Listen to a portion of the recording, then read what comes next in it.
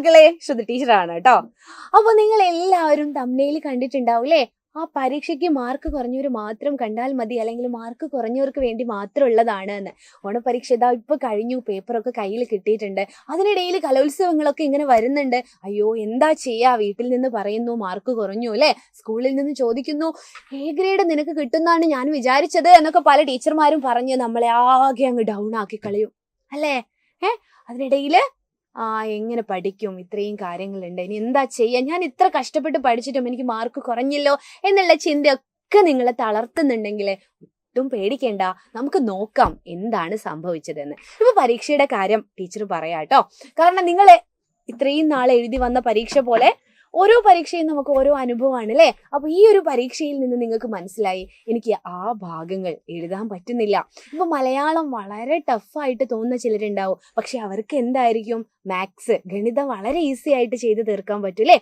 അപ്പൊ മാത്സില് നന്നായിട്ട് ചെയ്യാൻ പറ്റുന്ന ഒരു കുട്ടിക്ക് ഇംഗ്ലീഷിലും മലയാളത്തിലും ഒക്കെ മാർക്ക് കുറയുമ്പോൾ നിങ്ങളൊന്നും ടെൻഷൻ അടിക്കേണ്ട, എവിടെയാണ് നമുക്ക് പ്രശ്നമുള്ളത് എന്ന് നോക്കാം. കാരണം ഗണിതം വളരെ എളുപ്പത്തിൽ നിങ്ങൾക്ക് ചെയ്യാൻ പറ്റുന്നുണ്ടെങ്കിൽ മലയാളത്തിൽ മാർക്ക് കുറയാൻ കാരണം എന്താണെന്നറിയോ, അത് നമുക്ക് കുറച്ച് വായനയുടെ കുറവാണ്. അതുപോലെ ഒരുപാട് കാര്യങ്ങൾ എഴുതി പിടിപ്പിക്കണം അല്ലേ. മലയാളത്തിലൊക്കെ നമുക്ക് കുറച്ചധികം കാര്യങ്ങൾ എഴുതണം, അതിന് നല്ല ഭാഷ വേണം, ഭാഷാശുദ്ധി വേണം അല്ലേ, അർത്ഥങ്ങൾ അറിയണം, പാഠഭാഗത്തെ പറ്റി കൃത്യമായിട്ടുള്ള ധാരണ ഉണ്ടാവണം. ഇനിയിപ്പോൾ സയൻസ് വിഷയങ്ങളായിക്കോട്ടെ, സയൻസ് വിഷയത്തിൽ നമ്മൾ എന്താ ചെയ്യേണ്ടത്, നമുക്ക് കോൺസെപ്റ്റ് അറിയണം, ആശയങ്ങൾ അറിയണം അല്ലേ. ഒരു എക്സ്പെരിമെന്റ് മുഴുവനായിട്ടും ചെയ്യണമെങ്കിൽ അതിന് എന്തൊക്കെ വേണം, എന്തൊക്കെ പഠന സാമഗ്രികൾ വേണം അല്ലേ, എക്സ്പെരിമെന്റ് ചെയ്യാൻ വേണ്ടിയിട്ട് എന്തൊക്കെ സാമഗ്രികൾ വേണം. അതുപോലെ എന്ത് നിഗമനത്തിലാണ് നമ്മൾ എത്തേണ്ടത്, എങ്ങനെയാണ് അത് ചെയ്യേണ്ടത് എന്നൊക്കെ കൃത്യമായിട്ടൊരു ധാരണ നമുക്ക് വേണം. ഇപ്പൊ ഉദാഹരണം ടീച്ചർ മലയാളം തന്നെ പറയുകയാണേ. ഒരു ആസ്വാദനക്കുറിപ്പ് എഴുതുന്നതിൽ നിങ്ങൾക്ക് എ ഗ്രേഡ് കിട്ടുന്നതിന് പകരം ഒരു സി ഗ്രേഡോ ബി ഗ്രേഡോ ഒക്കെ ആവുമ്പോൾ നിങ്ങൾ സ്വാഭാവികമായിട്ടും ചിന്തിക്കും ഞാൻ ഇത്ര നന്നായിട്ട് എഴുതിയിട്ടുണ്ടല്ലോ എന്ന്. പക്ഷെ ആസ്വാദനക്കുറിപ്പ് എഴുതുന്നതിന് ഒരു ഘടനയുണ്ട്, ഒരു സ്ട്രക്ചർ ഉണ്ട്, അത് നമ്മൾ പാലിക്കണം അല്ലേ. ആരാണ് എഴുതിയതെന്നും ഏതാണ് കവിതയെന്നും നമ്മൾ എടുത്തെഴുതണം. പിന്നെ കവിതയുടെ ആശയം എഴുതണം, ചുരുക്കി എഴുതണം. പിന്നെ കവിത മനോഹരമാക്കാൻ വേണ്ടി ചില പ്രയോഗങ്ങളൊക്കെ കവിതയിൽ ഉണ്ടാവൂലേ, അതൊക്കെ നമ്മളിങ്ങനെ കണ്ടുപിടിച്ച് എഴുതണം.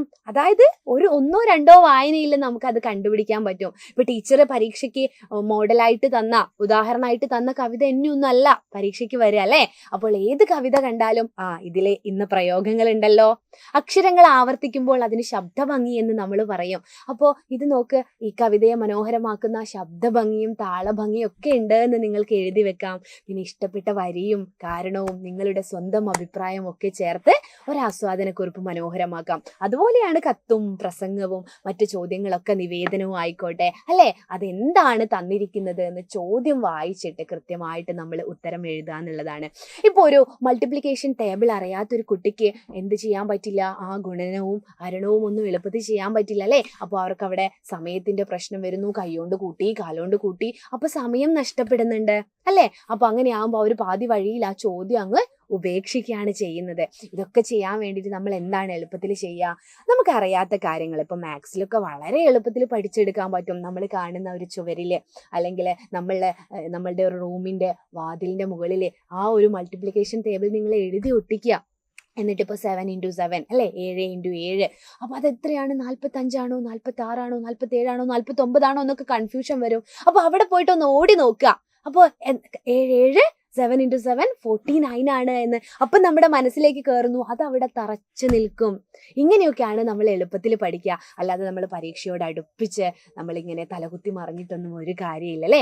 അപ്പോൾ ഇതൊക്കെ പറഞ്ഞു തരാൻ വേണ്ടിയിട്ട് ഞങ്ങൾ നിങ്ങളുടെ അടുത്തുണ്ട്. അത് മാത്രമല്ല, നിങ്ങളുടെ സ്കൂളിലെ ടീച്ചേഴ്സിനോടും നിങ്ങളുടെ സംശയങ്ങൾ നിങ്ങൾ കൃത്യസമയത്ത് ചോദിക്കുക കേട്ടോ. അയ്യേ ടീച്ചർ എന്ത് വിചാരിക്കും എന്നുള്ള ഒരു നാണക്കേടോ ഒന്നും വേണ്ട. നമുക്കറിയാത്ത കാര്യങ്ങൾ നമ്മൾ മറ്റുള്ളവരോട് ചോദിച്ച് മനസ്സിലാക്കുക. ഇപ്പം നമ്മുടെ സൈലത്തിൽ ബാച്ച് ഉണ്ട് അല്ലേ. ആ ബാച്ചിൽ നിങ്ങൾക്ക് ഡൗട്ട് ക്ലിയറൻസിനുള്ള സെക്ഷനൊക്കെ ഉണ്ട്. അപ്പൊ എല്ലാവരും എന്ത് ചെയ്യണം, നമ്മുടെ സൈലത്തിന്റെ കൂടെ നിൽക്കുക. ഞങ്ങളുടെ കൂടെ നിൽക്കുമ്പോൾ നിങ്ങൾക്ക് കിട്ടുന്ന എന്താണ്, യൂണിറ്റ് ടെസ്റ്റ് ആയിട്ടും ഡൗട്ട് ക്ലാരിഫിക്കേഷൻ ആയിട്ടും ഒക്കെയുള്ള കാര്യങ്ങൾ നിങ്ങൾക്ക് കിട്ടുകയും അത് പഠനം വളരെ എളുപ്പത്തിലാവുകയും ചെയ്യും. അപ്പോൾ ആരും ടെൻഷൻ അടിക്കേണ്ട, ഇനിയും പരീക്ഷകൾ വരുന്നുണ്ട്. ഇത്തരം കുഞ്ഞു കാര്യങ്ങളൊന്ന് ശ്രദ്ധിച്ചാൽ അടുത്ത പരീക്ഷയ്ക്ക് നമുക്ക് സ്റ്റാർ ആവാൻ പറ്റൂ കേട്ടോ. മറ്റൊരു വീഡിയോയിൽ കാണാം. അതുവരേക്കും ബൈ.